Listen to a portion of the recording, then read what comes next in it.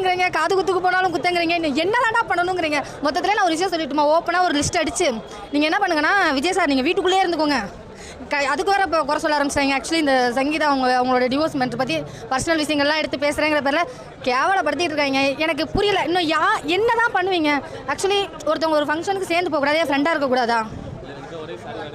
சரி இருந்துட்டு போட்டுமே. ஃப்ரெண்ட்ஸ் நீங்கள் எல்லாருமே குரூப் ட்ரெஸ் போட்டது இல்லையா? இல்லை கேட்குறேன். ஒரே ஒரு அரசியலுக்குள்ளே நுழையிறேன்னு சொன்ன ஒரு காரணத்துக்காக குடும்பத்தை ஜோலியாக முடிச்சிட்டிங்க, ஆகிய மொத்தம் எல்லாத்தையும் முடிச்சிட்டிங்க. நீங்கள் என்ன முடித்தாலும் அவர் கண்டுக்க போகிறது கிடையாது. என்னோட கேள்வி என்னென்னா, மீடியாக்கள் எல்லாருமே இந்த மாதிரி ஒரு விஷயத்த கேட்குறீங்களா? உண்மையாக இருந்தால் நீ என்ன பண்ண போகிற, உண்மையாக இல்லைன்னா என்ன பண்ண போகிற? எவ்வளோ ஆஃபீஸ் நடக்குது, ஏன் போய் மைக்கை நீட்டி இவ்வளோ ஆஃபீஸ் நடக்குது, சட்டம் ஒழுங்கெல்லாம் பாதுகாப்பாக இருக்குன்னு சொன்னீங்களே, ஏன் சொன்னீங்கன்னு சொல்லி கேட்கணுன்னு உங்களுக்கு தைரியமே இல்லையா?